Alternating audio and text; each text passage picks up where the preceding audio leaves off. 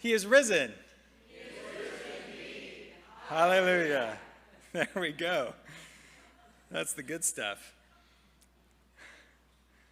It's really fascinating that this first scene in Luke, so Luke has a number of scenes in this final chapter of the biography of Jesus.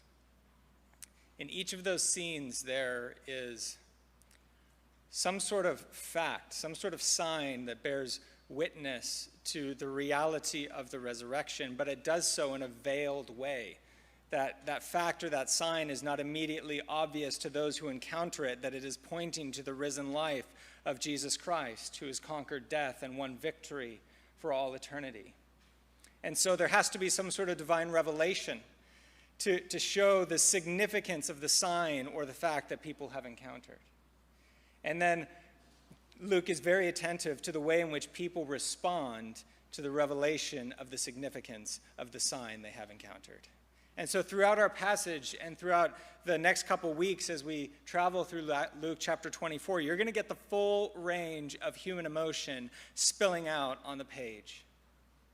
And it kind of makes sense, because when we talk about resurrection from the dead, we're talking about a reality that humans have literally never experienced before. So how are we to respond to it? We don't know. We don't know how to respond to it. We've never experienced it before. And so it makes complete sense that the women, when they show up at the tomb and they see it empty, they're perplexed. It makes complete sense that they're afraid when they see these two men in dazzling white as they come to bring the good news of what this means, that he is not there, but he is risen and he is alive. It makes sense that they're afraid. It makes sense that when they tell the apostles and the other disciples, they doubt and they don't believe. There's no way this could happen. It makes sense that when Peter hears it, he goes, I have to see this for myself. There's no way. And when he goes to the tomb, it doesn't say he goes away believing. It says he goes away wondering, amazed, marveling what has taken place here. It's a curious little fact that here on this first Easter morning, Jesus is kind of conspicuously absent. Notice how Jesus, the person, never shows up in this particular episode on this first Easter morning. That's going to come in the next couple of weeks. But here it's Jesus' absence that is celebrated. He is not there, is the declaration of good news.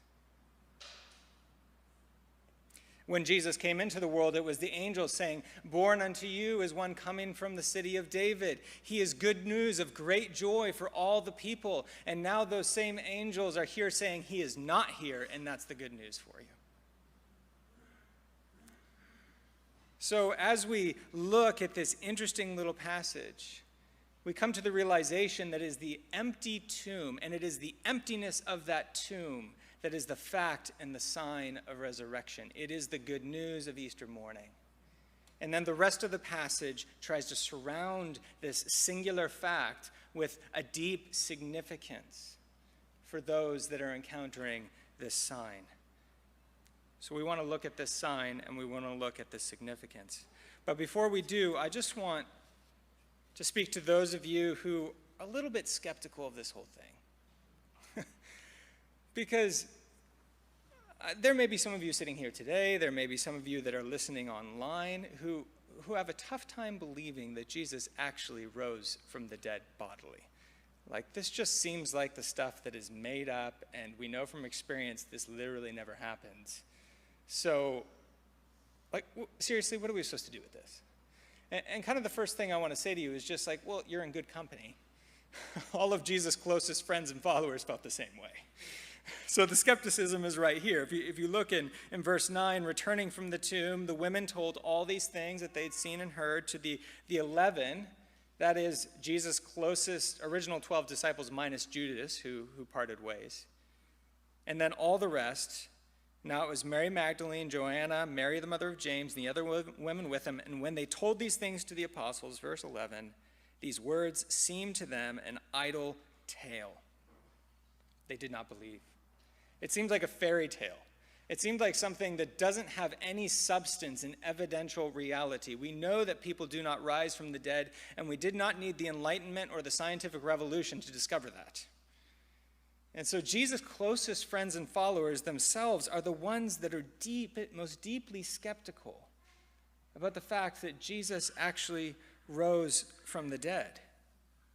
And that's why I think Luke constructs this first episode on the Easter morning the way he does. In verses 1 to 3 and then in verse 12, he sandwiches the whole episode of the disciples' skepticism with eyewitness testimony to those who saw the empty tomb, which is the sign of his risen life. So verse 1 to 3, the women show up early in the morning to anoint Jesus' body with spices in one final act of love for their rabbi, only to discover that his body is not there. They did not find the body of their Lord. And then in verse 12, when Peter runs to the tomb, we're told that he stooped and he looked in. Notice the visual language. And he saw not Jesus' body, but the linen cloths that once wrapped his body sitting there by themselves. And he went home marveling at these things. So there's a couple of things going on here. New Testament scholar Richard Bauckham, in his book, The Gospels is Eyewitness Testimony, kind of picks up on this. It's about a 500-page tome, so you may not want to read it. But let me give you the cliff notes. He says Luke is really interesting among the Gospels because what Luke does is he frames his whole narrative uniquely among the Gospels through the eyewitness testimony of women in particular. So his gospel begins with the divine revelation of good news for all people and all places coming to women. And then at the end, who are those, the first ones to see the sign of the resurrection? It is these particular women here, Mary Magdalene, Joanna, and Mary, the mother of James, two of whom we were told all the way back in chapter 8 that they were close followers of Jesus throughout his ministry in Galilee, all the way to his journey in Jerusalem. And we're told through the Passion narrative and Jesus' burial that it was these women who witnessed these things. And so Luke, uniquely among the gospel writers, frames his whole narrative with the eyewitness testimony of these women. And in the ancient world, this was a common device for biographies of human beings. You begin and you end and you name the witnesses at the beginning and the end who the majority of your biography is resting on their testimony. And that's significant because if we're honest with ourselves, the only access we have to the past is written testimony of it. We may discover particular archaeological artifacts, but we cannot explain the meaning of them or what story they're a part of unless it rests on testimony that has been written down of the past. The second thing that Richard Bauckham says, which is really significant, is he says when people are specifically named in the Gospels, which interestingly doesn't happen that often. Think about how many episodes where Jesus heals somebody and that person is just a man or a woman that's been healed of a disease, but there's no name to them. He says when people are named, it is because the community to whom the person that was writing the gospel was writing, the audience, would have known these people by name. They would have been people that were connected to their communities. They would have been people that were still alive. So in other words, it acted like a footnote. If you want to know that this is a valid source and what I'm saying here is real and true, then you can go talk to this person, you know them. Or you can go talk to people that did know them when they were alive. And so it was a way in naming people and saying, not only are these the sources on which I am resting what I am saying here, but it is a way of saying you can go talk to them and check for yourself. It's kind of like the way in which Peter had to go to the tomb and check for himself. And so for those of you that are feeling skeptical about this whole Easter Sunday gig, that Jesus actually did rise bodily from the grave, we don't have hard and fast evidence that's going to be a foolproof, watertight argument. But what Luke does give us is he gives us this testimony, and he names the very people on whom this testimony rests. And he surrounds that testimony around the doubt and the skepticism of the disciples in such a way to say to us, I too invite you to consider, what is the significance of this empty tomb? And the significance of the empty tomb, which is the main point of this passage and what we're going to unpack in the weeks to come, is not only in who is not in the tomb, its absence, but what is in the tomb. So if we go down to verse 12, we noted this little artifact earlier, but it's an important detail. It's not insignificant. Peter rose and ran to the tomb. Stooping and looking in, he saw the linen cloths by themselves. The linen cloths. These are Jesus' burial cloths. Jesus does not need them anymore. These are the signs of death. Jesus does not need them anymore. When Jesus called Lazarus out of the grave in John chapter 11, Lazarus came out wrapped in burial cloths still, because Lazarus was still coming back to a life of mortality. He came back to life, but he was going to die again someday. And Jesus says, would you unwrap Lazarus from those cloths? But here, Jesus unwraps himself from his cloths, and he lays them in the grave and walks away. In the Gospel of John, we're told that Jesus actually went through the time to fold his laundry. John tells us those cloths were folded in the grave. In other words, Jesus is deliberately saying, I don't need you anymore. I'm done with you. John Donne has this wonderful proud that says, this wonderful poem that says, death, be not proud. For you too, death, one day shall die. And it's this beautiful image that the absence of the body in the tomb leaves behind the presence and the symbols of death in the tomb. In other words, death doesn't get the last word, Jesus Christ does. I had the privilege and the responsibility, I guess, of preaching at my grandmother's funeral a couple weeks ago. I am the oldest grandchild. It means I've been spoiled in my life, in a good way, but also comes with that some responsibilities. And so I had the opportunity of shepherding my family through this experience. And I remember I sat down to start writing the homily for this, expecting my family to ask me to preach. About an hour after my grandma died, I just wrote down, I sat, cry a bit and take out my journal and say, what is it, Lord, that you are speaking in this moment? And there were three things that came to mind right away. It was, death is not the last word. Grandma liked to have the last word. And who gets the last word? And I preached on that famous text where Jesus stood up and he said, I am the resurrection and the life. He who believes in me, though they die, yet shall they live. And he who believes in me, even though they live, they shall never die. And that's precisely what this is saying here.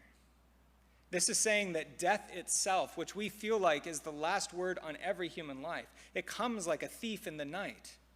I know there are many of you here who have experienced the loss of a loved one in recent months, and even in COVID, we all know somebody who has been lost to us that's been close. It comes like a thief in the night, no matter how long you expect it. Even if it was a cancer diagnosis that has been drawn out for way too many decades. When it comes, death pierces us. It is a deafening silence, because we who mourn are left with one who no longer can speak words.